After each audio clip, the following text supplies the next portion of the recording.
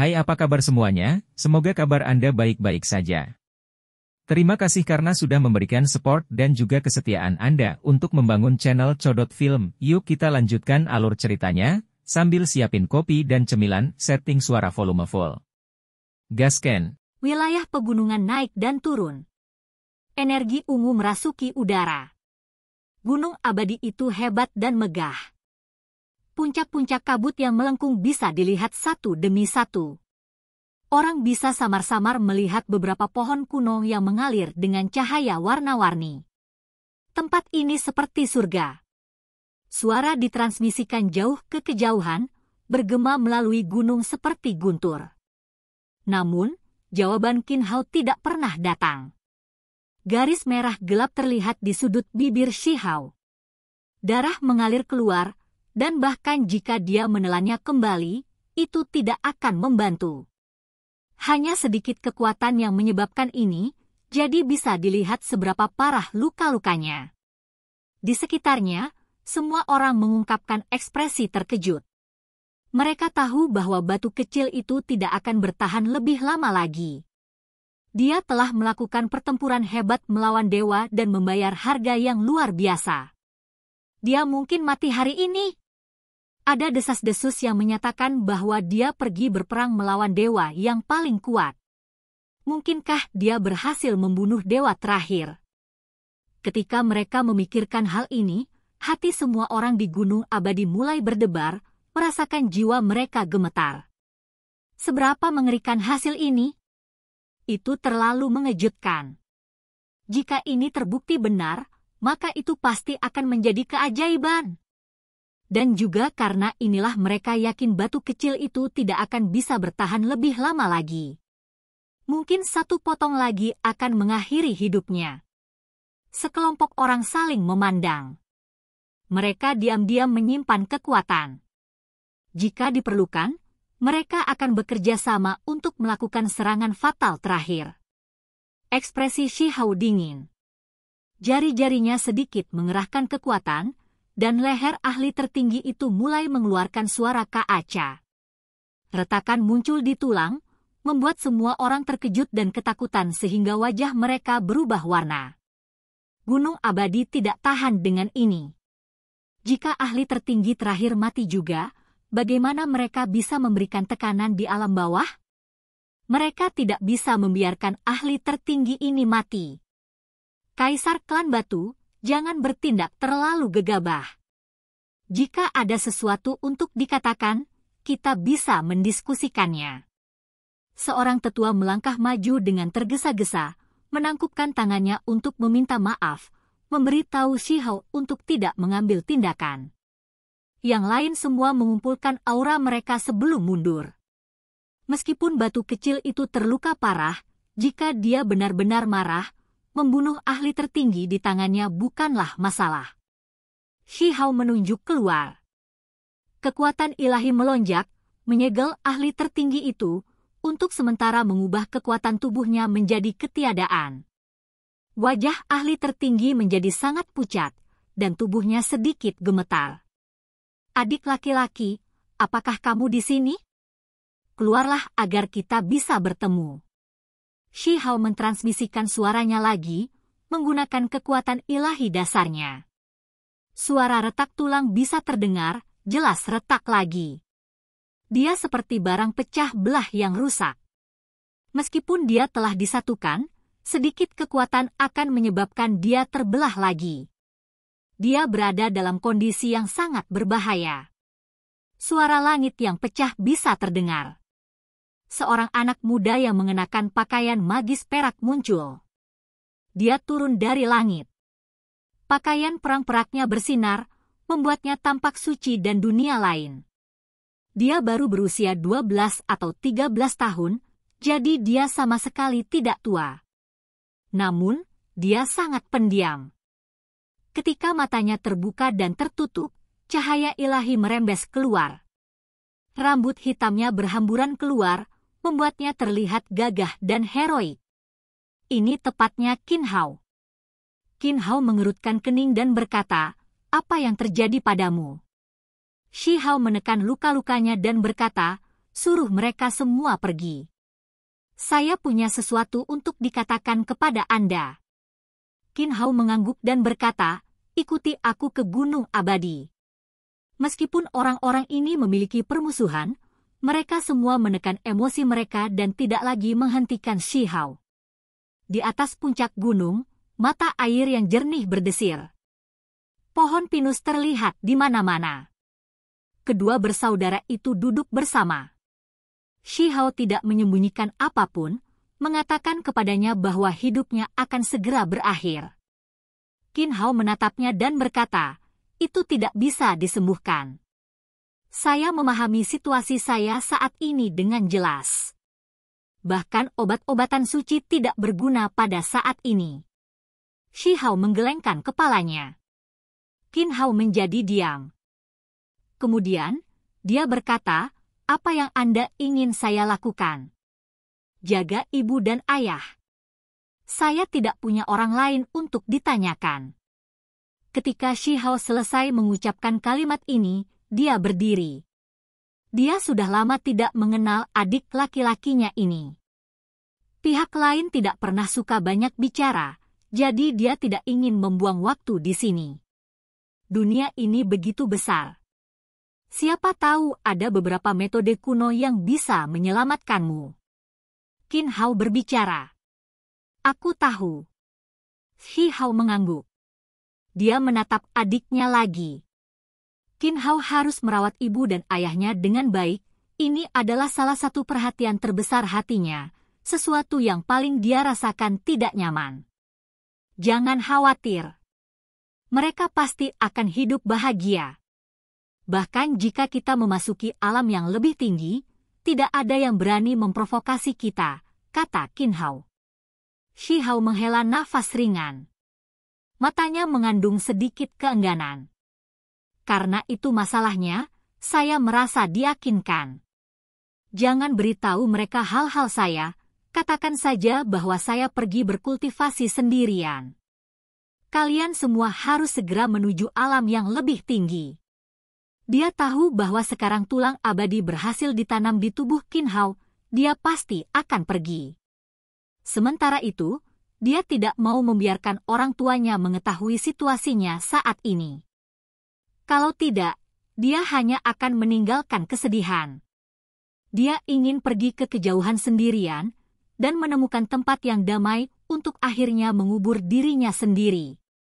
Alih-alih meninggalkan kesedihan karena selamanya dipisahkan oleh hidup dan mati, dia lebih suka meninggalkan orang tuanya dengan kebohongan, membuat mereka berpikir bahwa dia berkultivasi dan pergi sementara. Qin Hao menatapnya tanpa mengatakan apa-apa. Mereka tenggelam dalam periode keheningan. Baik. Qin Hao mengangguk. Shi Hao berjalan keluar dari Gunung Abadi di sepanjang jalan batu biru. Dia tidak berbalik. Dia ingin menemukan tempat yang damai untuk menunggu saat terakhirnya datang. Sendirian di jalan, tidak ada yang menghentikannya, membiarkannya pergi.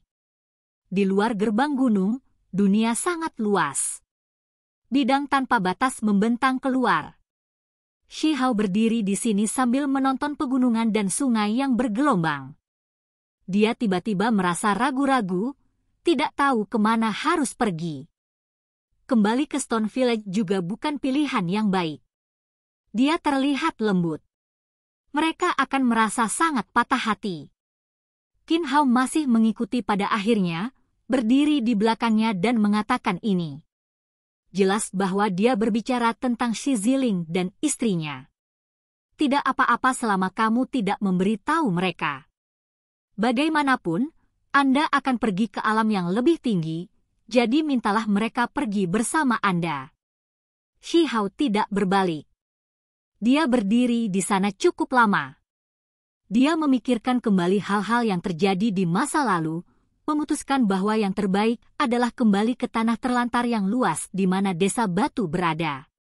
Dia akan mengubur dirinya beberapa puluh li jauhnya, tetapi dia tidak akan membiarkan mereka melihatnya. Dia ingin tinggal di tempat di mana dia dibesarkan. Selamat tinggal. Saya pergi. Dia terbang ke udara dan menuju kota besar terdekat untuk mencari altar untuk membantunya melakukan perjalanan kembali. Blackrock City adalah kota berskala agak besar. Karena dibuat dari batu hitam pekat, ia menerima nama ini. Altar dihancurkan. Shi Hao mengerutkan kening. Namun, dia tidak punya pilihan. Altar-altar ini telah rusak karena perawatan yang tidak tepat selama bertahun-tahun dan menimbulkan beberapa masalah. Dia mulai mengotak-atiknya. Dengan batu pemogokan ilahi di sisinya selama tahun-tahun ini, dia belajar sedikit tentang formasi juga. Dia ingin mencoba dan memperbaikinya sehingga dia bisa membuka bagian. Itu karena dia benar-benar tidak punya waktu untuk disia-siakan lagi. 1 jam kemudian, pemulihan berhasil. Wajahnya sepucat salju. Dia menjadi lebih lemah. Dia tidak bisa menunggu lebih lama lagi dan harus bergegas kembali ke wilayah gurun. Anak kita! HOR! Suara teriakan terdengar di belakangnya yang penuh dengan kekhawatiran dan urgensi. 2 sosok bergegas dari udara. Tepatnya Shi Ziling dan istrinya. Mereka sangat khawatir dan bermasalah selama beberapa hari terakhir ini. Mereka berada di dalam wilayah gurun selama ini, mengejar Shi Hao. Mereka merasakan tekanan luar biasa yang membebani hati mereka, takut bahwa beberapa kecelakaan mungkin terjadi yang mungkin menyebabkan dia meninggal. Namun, mereka selalu terlambat. Setelah setiap pertempuran, dia akan selalu melakukan perjalanan jauh ke tempat yang berbeda. Beberapa hari terakhir ini telah membuat mereka lelah secara mental dan fisik, hampir merasa tercekik. Mereka takut bahwa mereka tidak akan pernah bertemu putra sulung mereka lagi dan berpisah selamanya. Itu karena dia bertarung melawan dewa. Dewa yang menyalakan api ilahi mereka sangat kuat, terutama ketika 7 dari mereka. Itu adalah situasi kematian yang tak terhindarkan. Mereka menghabiskan hari-hari ini dalam kesusahan dan kekhawatiran. Hanya ketika mereka mendengar bahwa dia membunuh dewa terakhir hari ini, mereka melepaskan napas lega dan membangkitkan semangat mereka. Mereka tidak tahu bagaimana keadaannya. Seluruh dunia kaget. Prestasinya yang luar biasa dalam membantai dewa sedang dibahas di mana-mana. Sementara itu, Shi Ziling dan istrinya menjadi semakin khawatir. Untungnya, mereka belajar beberapa hal dari penjaga kekaisaran Istana Negara Batu dan menyimpulkan tujuannya dari simbol yang ditinggalkan di altar leluhur. Untungnya, ketika mereka bergegas ke Gunung Abadi, mereka mengetahui bahwa Shi Hao baru saja pergi. Mereka buru-buru mengejarnya. Shi Hao merasakan dorongan untuk membuka lorong dan berbalik untuk pergi, tetapi dia tidak bisa melakukannya. Dia sudah ditemukan, jadi dia mungkin tidak bisa menyembunyikan sesuatu lagi. Jika dia berbalik sekarang, dia akan benar-benar meninggalkan kehidupan ini dengan penyesalan. HOR, apa yang terjadi? Qin Yining berteriak ketakutan. Wajahnya dipenuhi teror.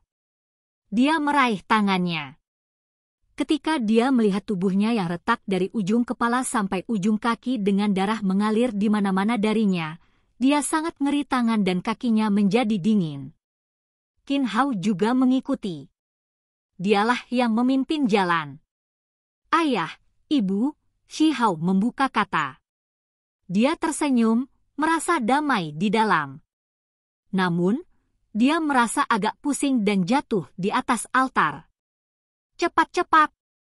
Bawa dia kembali ke Gunung Abadi dan pikirkan segala cara yang mungkin. Gunakan semua obat spiritual dan pil suci. Kita harus menyelamatkan HOR. Shi Ziling meraung sambil memeluk Shi Hao. Kami sudah kehilangan HOR sekali. Kali ini kita tidak bisa kehilangan dia lagi. Dia harus bertahan. Qin Yining berteriak saat air mata mengalir dari matanya. Mereka memeluk Shi Hao dan dengan cepat menuju ke Gunung Abadi.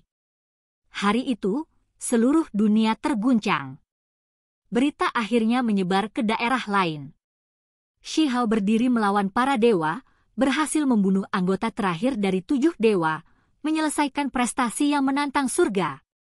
Memiliki pencapaian seperti ini di usianya, tanpa diragukan lagi, adalah sesuatu yang melampaui masa lalu dan mempesona saat ini. Bahkan jika seseorang tidak menyebutnya sebagai sosok terhebat, dia tidak akan jauh dari itu. Seluruh dunia gempar. Semua orang merasa ini sulit dipercaya. Dia benar-benar berhasil membantai para dewa, memusnahkan ketujuh dewa itu. Ini bahkan lebih konyol daripada legenda. Itu hanya sesuatu yang keluar dari fantasi. Batu kecil itu benar-benar melakukannya. Sulit dipercaya. Ini pasti akan menjadi bagian penting dari sejarah yang akan dicatat selamanya. Ini adalah keajaiban yang tidak mungkin ditiru. Batu kecil itu terlalu mencengangkan. Dia pasti akan menjadi makhluk tertinggi yang tak tertandingi. Masa depannya tidak terbatas, dan pencapaiannya tidak akan ada habisnya. 8 daerah berada dalam keributan besar. Semua orang berdiskusi dengan penuh semangat. Nama batu kecil itu membuat dunia di bawah langit bergetar. Prestisenya telah mencapai tingkat yang sangat tinggi. Saat diskusi berlangsung, berita tentang luka serius di tubuhnya juga bocor, membuat banyak orang terkejut. Apa? Batu kecil akan mati? Dia tidak bisa hidup lebih lama lagi. Itu tidak mungkin. Dia hanya punya beberapa hari lagi untuk hidup. Ketika jenis informasi ini menyebar, dunia terkejut. Batu kecil itu begitu cemerlang dan luar biasa, namun hidupnya mencapai akhir. Ini membuat semua orang merasa agak bingung. Mereka tidak tahu harus berkata apa. Ini sangat disayangkan. Seseorang seperti batu kecil akhirnya muncul setelah bertahun-tahun, tapi dia akan segera mati. Hukum alam surga tidak adil. Shi Hao terluka parah kali ini karena melawan 7 dewa dari alam yang lebih tinggi. Banyak warisan semua merasa hormat terhadapnya. Jika dia meninggal, mereka secara alami akan merasa sedih untuknya.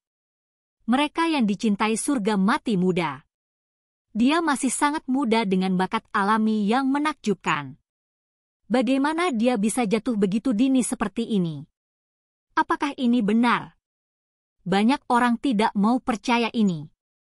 Pemuda ini naik ke kebesaran seperti bintang jatuh, menerangi bumi yang besar dengan prestasinya.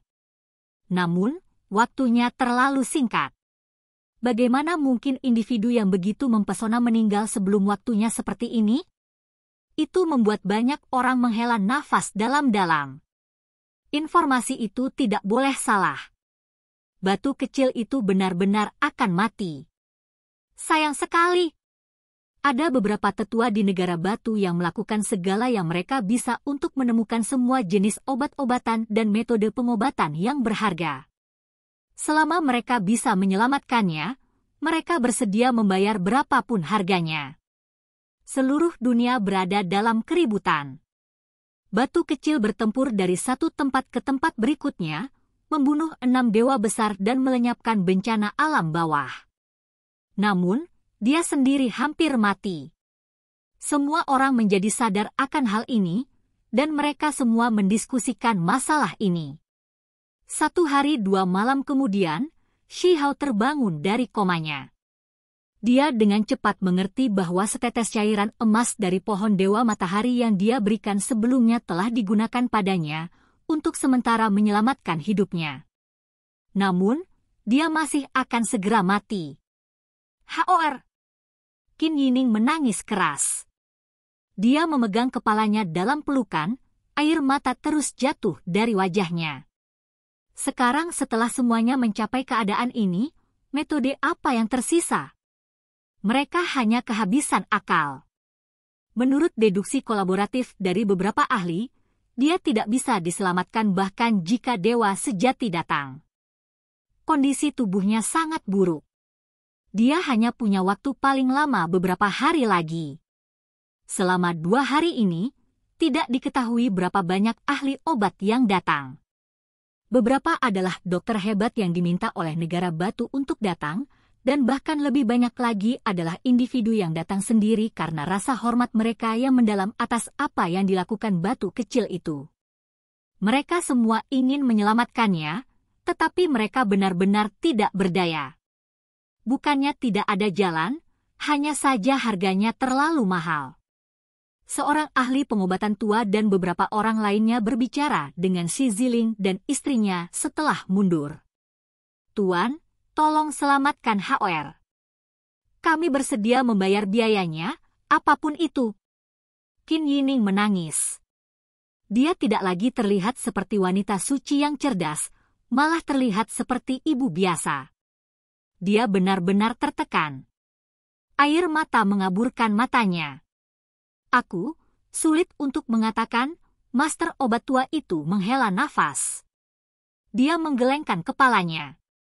Saya masih harus meminta dokter hebat untuk membimbing kita. Jangan memiliki keraguan. Kami pasti akan melakukan semua yang kami bisa untuk membantu. Shi Ziling mendesak dan berkata, saya telah mengetahui bahwa putra kedua memiliki tulang abadi yang ditanamkan di dalam dirinya. Mungkin itu bisa menyelamatkan Kaisar Batu. Kata Master Obat Tua. Apa? Wajah Qin Yining menjadi pucat. Mangkuk obat di tangannya jatuh ke tanah, mengeluarkan suara retak yang keras dan jelas. Sup obat terciprat ke tanah. Oke guys, jangan lupa like, comment, share, and subscribe di channel Codot Film. See you next video, peace out and bye-bye.